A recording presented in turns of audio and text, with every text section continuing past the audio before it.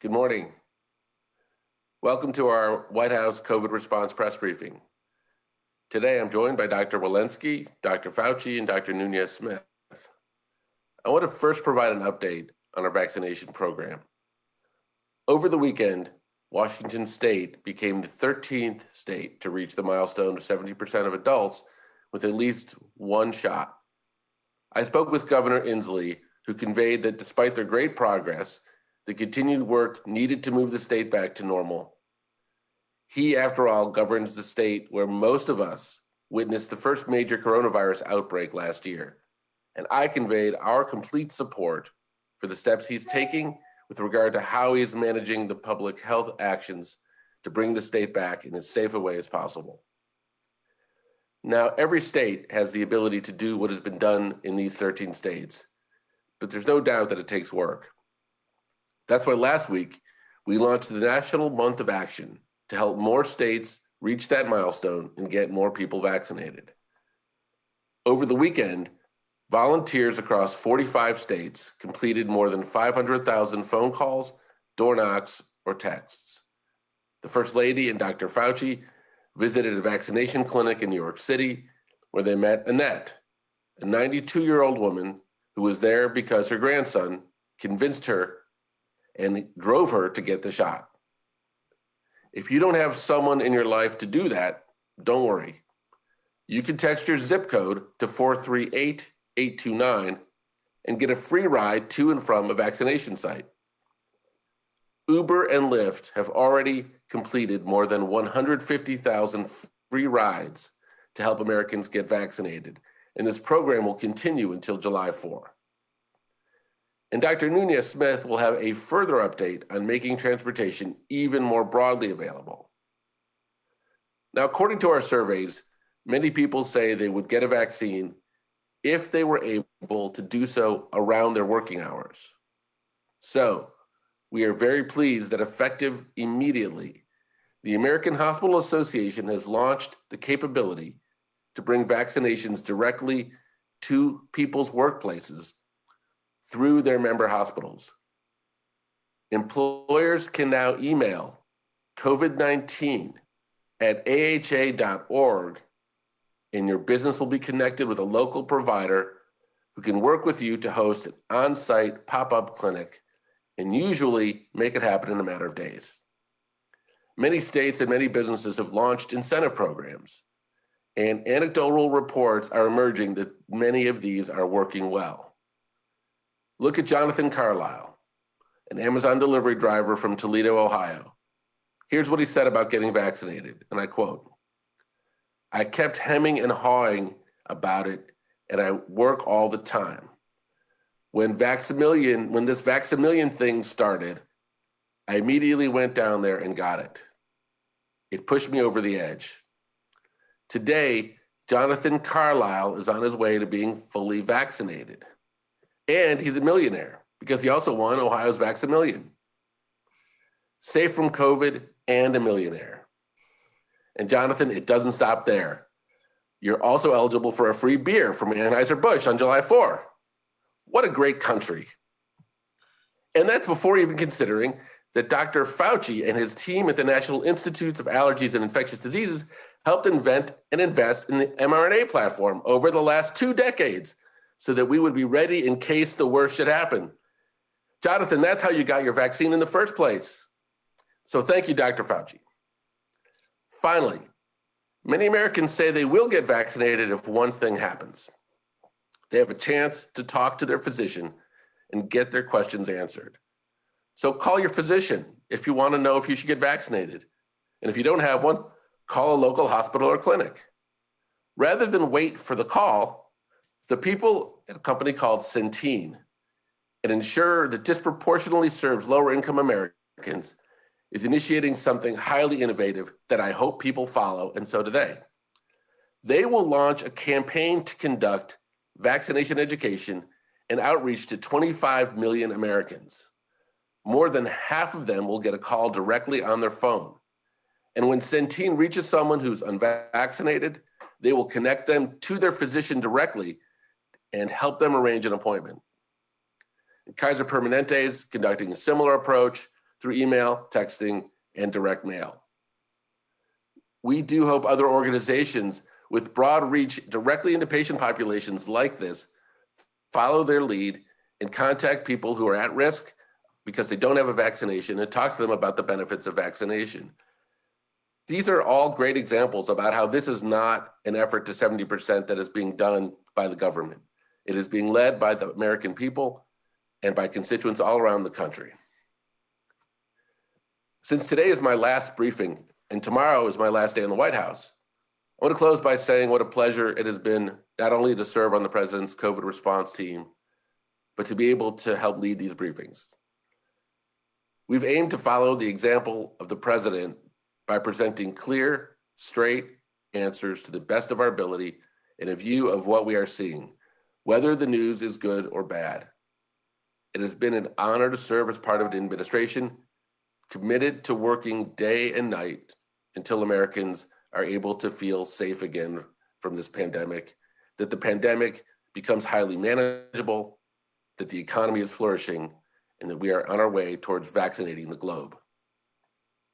But I'm even prouder to serve an administration that has been so deeply committed to showing our values in action every day, pulling everyone together and leaving no one out, empathetic to what ordinary Americans are going through, and leading with equity at every turn.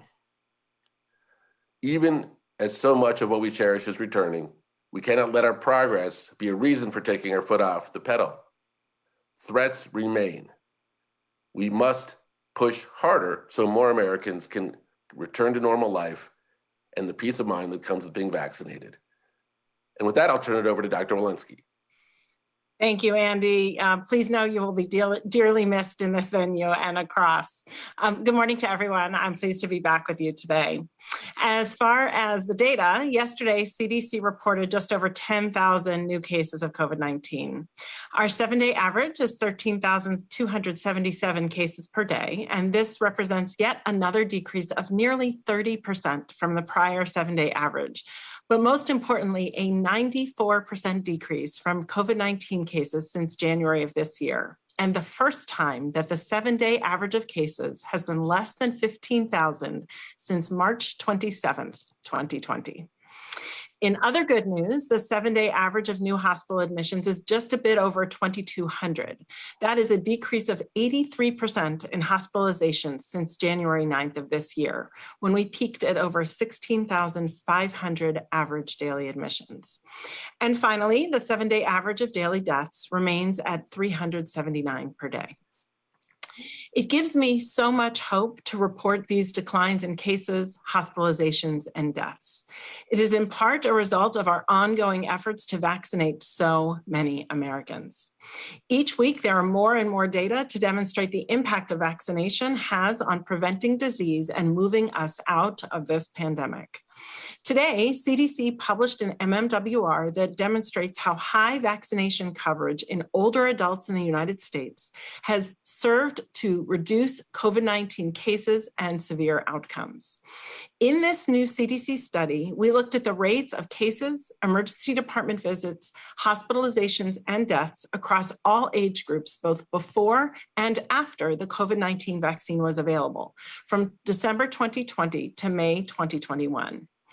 We observed larger declines in COVID-19 cases, emergency department visits, hospitalizations, and deaths in adults over age 65 who were prioritized for vaccination in the early phases than in adults aged 18 to 49 who were less likely to be vaccinated. By comparing data from November and December of 2020 before vaccine rollout with data from April and May after vaccine rollout, and by stratifying the data by age groups, we were able to see the critical contribution of vaccination coverage on reducing COVID-19 cases, severe illness, and death, especially among those over age 65. As of today, we have administered over 300 million doses of COVID-19 vaccine. More than 85% of adults over age 65 have received at least one dose of a COVID-19 vaccine, and 75% are fully vaccinated and protected. Still, we have a lot more work to do. especially in younger age groups. Of Americans that qualify for a vaccine, those that are age 12 and over, we have been able to vaccinate 50% of the country. This is great news, but there is more work to be done. During this pivotal month of action, if you are not vaccinated, please go to vaccines.gov, text your zip code to GetVax or 438-829, or talk with your healthcare provider, state or local health department, or local pharmacist to find out more about getting vaccinated. And if you've gotten your first dose of Pfizer or Moderna, don't forget to get your second, either 3 or 4 weeks later. I'll stop here and turn things over to Dr. Fauci. Thank you very much, Dr. Walensky. Before I start, let me just underscore what Dr. Walensky said about how much we will miss Andy Slavitt. Andy, you are a class act, and we will miss you greatly. What I'm going to do right now is spend the next couple of minutes talking to you about a subject that has gained a lot more attention over the last few days, and that has to do with the variants in general, but particularly in the variant which we now refer to as Delta, or the B1617.2, which in fact, as you know, originally was noticed in India and dominated in certain states in India, but now has spread throughout other elements and other areas of the world. Next slide. So let's just take a quick look at that. It's reported in 60 countries, including the UK and the USA. Clearly now its transmissibility appears to be greater than the wild type, namely the alpha variant. It may be associated with an increased disease severity, such as hospitalization risk, compared to alpha, and in lab tests associated with modest decreased neutralization by sera from previously infected and vaccinated individuals compared to the alpha. However, fortunately, 2 doses of the Pfizer vaccine and AstraZeneca appear to be effective against the Delta variant. There's reduced vaccine effectiveness after 1 dose, however, and I'll get back to that in a moment. Next slide. This is a publication from what I had mentioned to you at a previous briefing from Public Health England, and it has to do with the effectiveness of the COVID-19 vaccines against this Delta variant. Just to reiterate, 2 weeks after the second dose of the mRNA Pfizer-BioNTech, it was 88% effective against the 617, and just like we've shown multiple times, over 93% effective against the B117. Take a look at the last bullet. 3 weeks after 1 dose, both vaccines, the AZ and the Pfizer-BioNTech, were only 33% effective against symptomatic disease from Delta. Clearly important about why a second dose is so important. Next slide. Now, what about what's going on in the UK, and why should we learn lessons from this, and always getting back to the situation of why it's so important to be vaccinated? In the UK, the Delta variant is the rapidly emerging as the dominant variant, greater than 60%. It is replacing the B117. The peak transmission in my conversations with and the data associated with the UK, when talking to their health authorities, the transmission is peaking in the younger group of 12 to 20-year-olds, namely that group that we're concerned about here, about making sure they get vaccinated. And as I mentioned before, there's poor protection after a single dose of either the mRNA or AZ vaccine. Next slide. This slide graphically demonstrates in the darker part of the slide, the red, the emergence of the B16172 compared to the lighter pink, which was the original B117. It's essentially taking over. Last slide. So let's look at where we are in the United States. That variant, the Delta variant, currently accounts for more than 6% of the sequenced cases in the United States. This is a situation the way it was in England, where they had a B117 dominant and then the 617 took over. We cannot let that happen in the United States, which is such a powerful argument to underscore what Dr. Walensky said. To get vaccinated, particularly if you had your first dose, make sure you get that second dose. And for those who have been not vaccinated yet, please get vaccinated. This is the National Month of Action. We want to get to and above the goal of 70% of the adult population receiving at least one dose by the 4th of July. I'll stop there and over to you, Dr. Nunez-Smith. Thank you so much, Dr. Fauci, and good morning to everyone. As we know, for our national vaccination campaign to be successful, everyone in our country needs to benefit from the scientific discovery with the vaccines. We absolutely cannot beat this virus without making sure there's a plan that works for everyone and works for all communities. So to ensure that we are truly reaching everyone who is unvaccinated in this phase of our vaccination program, in this month of action, we are working hard and continuing to make progress in addressing the structural barriers that many people face in terms of access. We're focusing even harder on meeting people exactly where they are. And we will continue to provide the public with the answers that you need about getting vaccinated. It is our pledge to make sure that vaccination is easy and convenient for everyone. So we've increased the number of pop-up and mobile units across the country. We've ensured that the majority of our 40,000 participating pharmacies are located in areas that are at higher risk.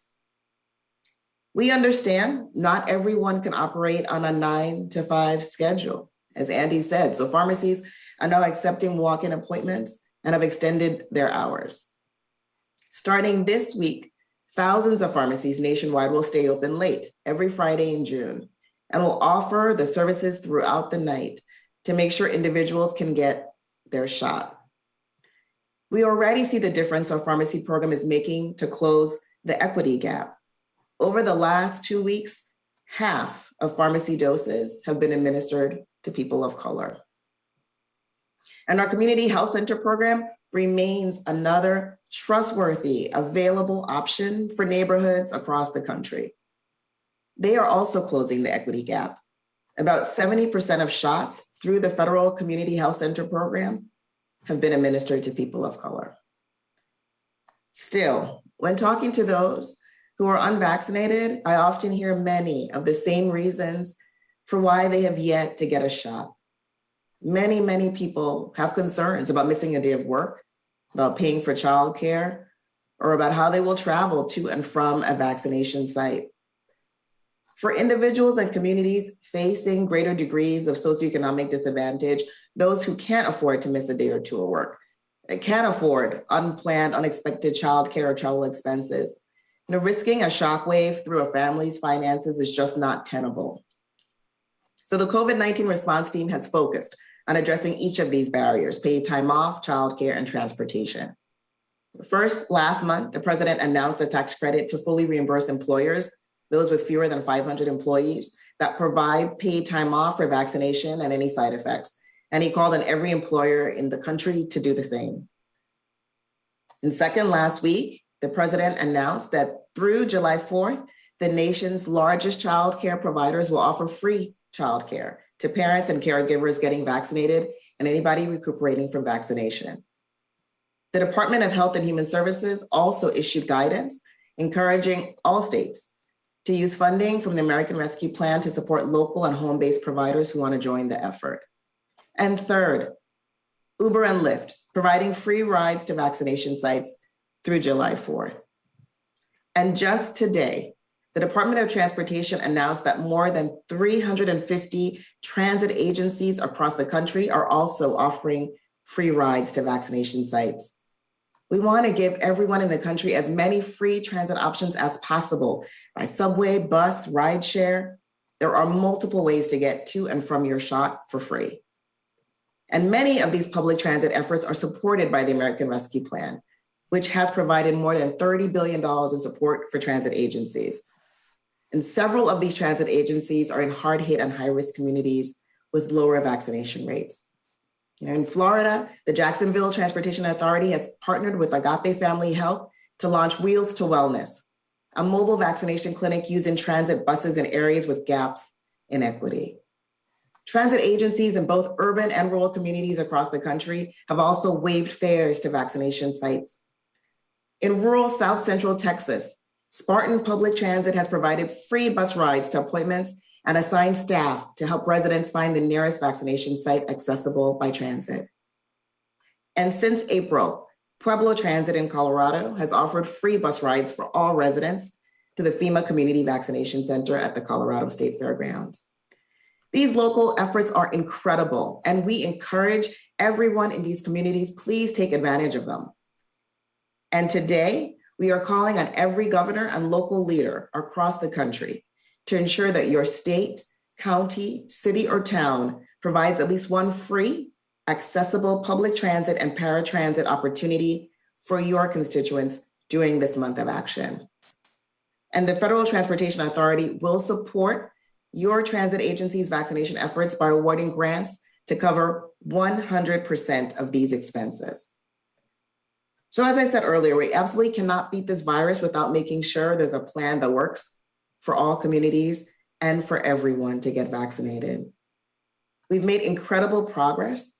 Getting vaccinated now is easier than ever. You can text your zip code, as you've heard, to 438829. You will be given the addresses of those vaccination sites, the 3 closest to you, but you will also be asked whether you're in need of childcare or transportation support during your vaccination. So the Biden-Harris administration is committed to addressing barriers, and we're not going to leave anyone behind in this response. So thank you. And with that, I'll turn it back over to Andy and also add my gratitude to you for your service, and you will be missed, my friend. Thank you. Thank you so much, Dr. Nunez-Smith. Kevin, let's take some questions. All right. First question. Let's go to Dave Shepardson at Reuters. Thanks for that. Two quick questions. Dr. Walensky, has the CDC decided whether to let the residential eviction ban expire on June 30th? And can you talk a bit about the ongoing discussions about the 212F restrictions, given that some countries now have higher rates of infections that do not have any restrictions, and some countries are still covered that have very low rates? Is it time to rethink the 212F? Thank you for those questions, Dave. We are in discussions about what will happen with the eviction order for when it expires, so I don't have any updates there. With regard to 212F, this, of course, is an interagency conversation, and we are looking at the data in real time as to how we should move forward with that. In fact, as you heard from Dr. Fauci earlier, as we look at those conversations, as we have those conversations, we need to include data regarding where there are more cases and data related to variants. Ongoing conversations. Thank you. Next question. Ebony McMorris at the American Urban Radio Network. Hi, thank you. This is for Dr. Walensky. Within the African-American community, there's still only 25% that have received just on one vaccination shot. And I know the president rolled out, the National Month of Action. However, how is that correlating now? What is the response that you are seeing? And the second part to that is, I hear what you're doing with employers. Is there also a push to work with Black churches in the community to maybe do some on-site vaccination, since that's also a center organization within Black communities?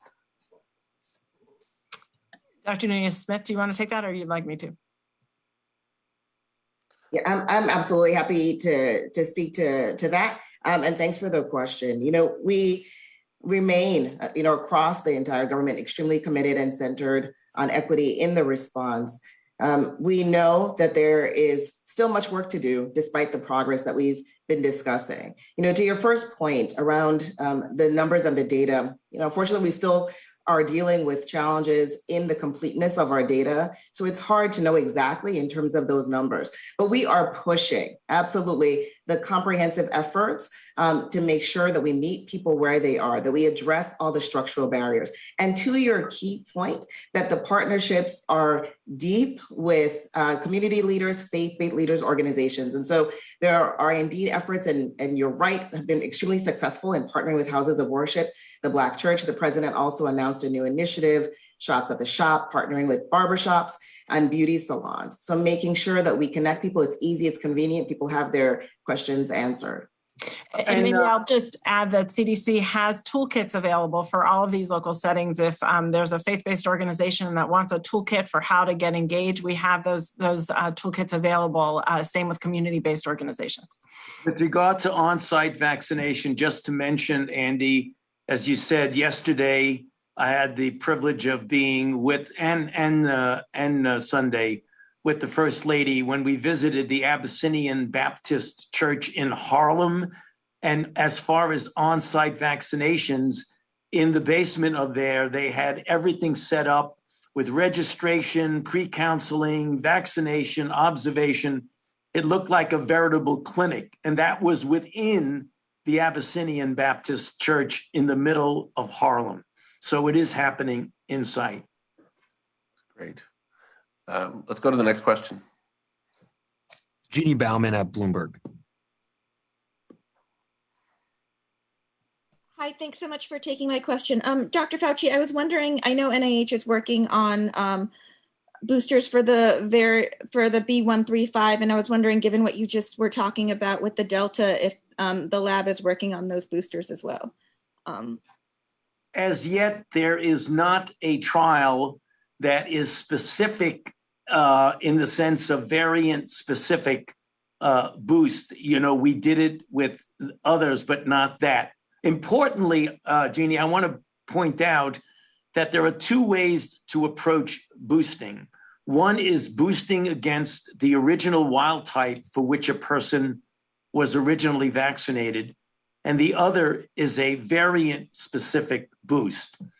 We are approaching both of those, but the one thing that we are noticing that's important is that the higher your degree of immune response against the wild type, the greater the secondary coverage you have against a wide array of variants, which is the reason why, as we have reported in previous press briefings, that when you look at particularly the double doses, primary and boost of the mRNA vaccines, which we have the most data, there is rather good protection that spills over against multiple variants. So you can boost against the wild type and still cover variants, including 617.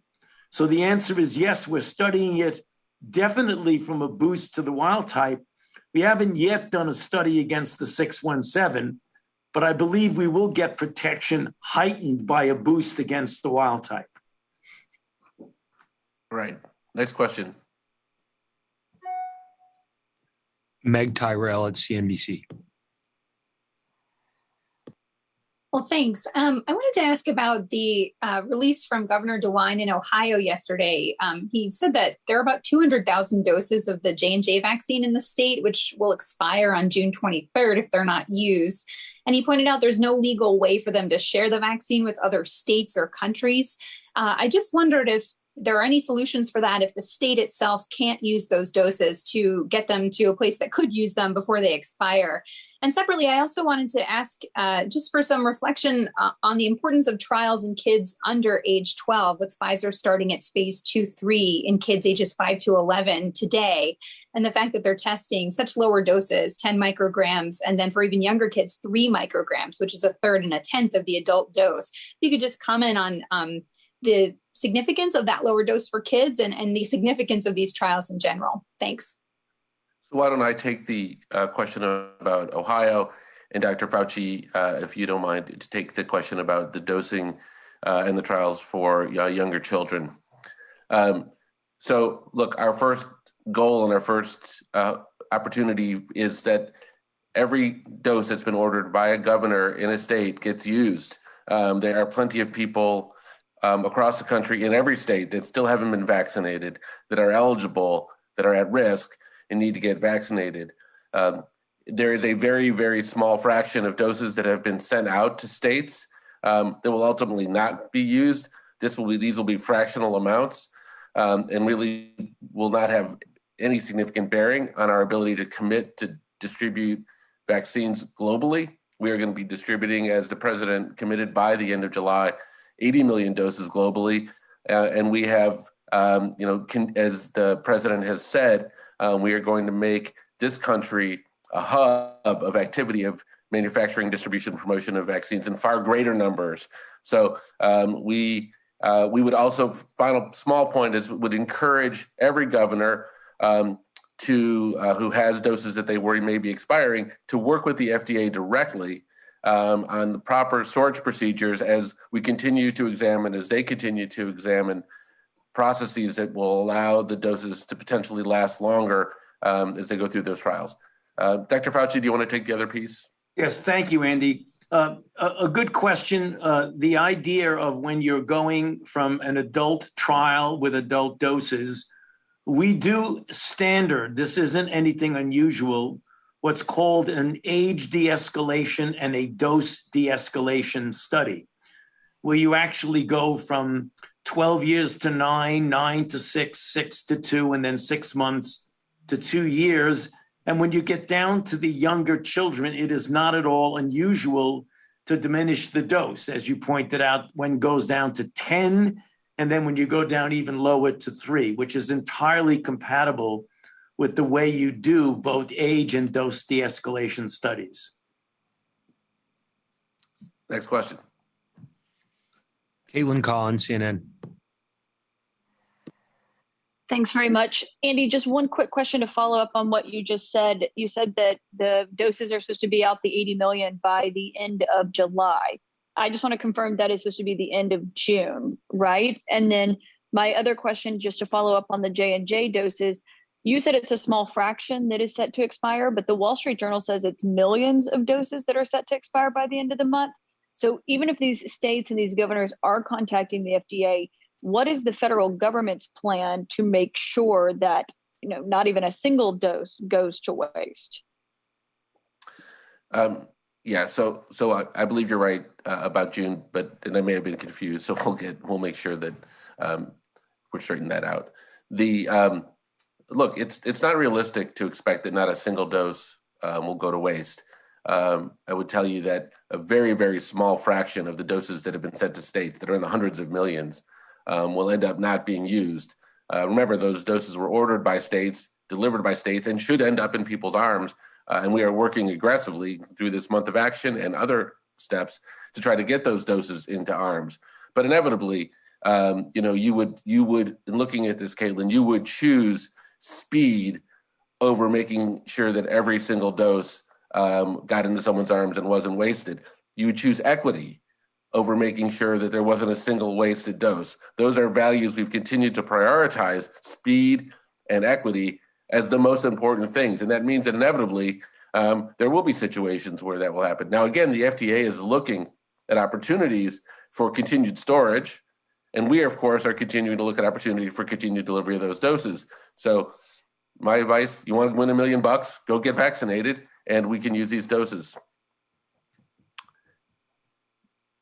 I think I answered all your questions, Caitlin, I believe. If I didn't, please let me know. But if not, Kevin, back to you for another question, if there is one. Let's go to last question, Zeke at AP.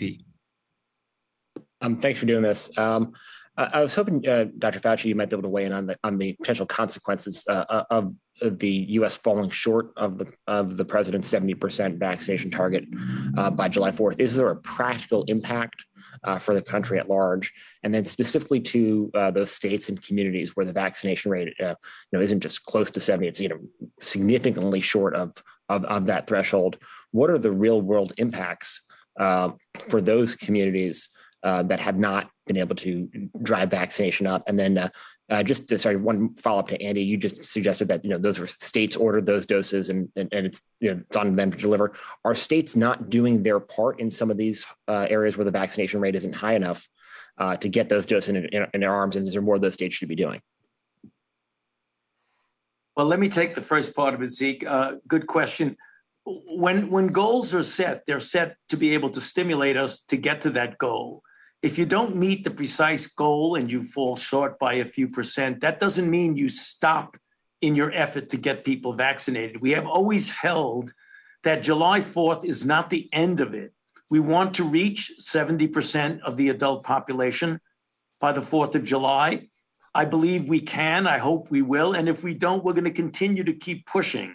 As you know, this is the month of action for what we're doing, and we're putting a lot of effort into it. When you ask about the consequences, Zeke, it gets back to what we have said all along, literally almost every single time we've had a briefing, why it's so important. And you're right, there are some states that are falling well below the 50%. And those are the states that we are, in many respects, I use the word, almost pleading with them on the basis of what I showed in my presentation just a few minutes ago of why it is so important to get vaccinated. And if we can galvanize that group that still, for one reason or other, does not want to get vaccinated, we can reach the 70 and go well beyond it as we get into the summer. So the consequences, we all know, it's a fact. If you don't get vaccinated, you are at risk. If you get vaccinated, you dramatically diminish the risk of getting infected and almost eliminate the risk of serious disease. Why it's so important for all of us to seriously consider vaccination if you have not already been vaccinated. And Andy, back to you. Yeah, see, to your other question, remember that not so long ago, we were in a much more acute phase of this crisis. Governors were doing their jobs as the best they could, ordering as many doses as they felt they needed to be able to combat this very significant threat.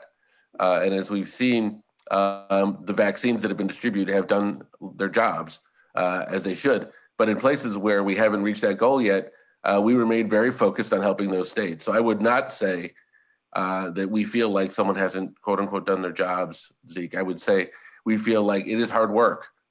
And all the things you hear Dr. Nunez-Smith talking about and other people who get on to these calls and all of the initiatives that we announce that we're working on are because it is hard work. And we are prepared to work with any state and every state to make sure that every last person has an opportunity to be vaccinated because it is so important and it is such an important focus. Well, thank you again for the question. And a final thanks to all the press for attending these briefings and in helping us inform the public. And we will look forward to the next briefing. Thank you very much.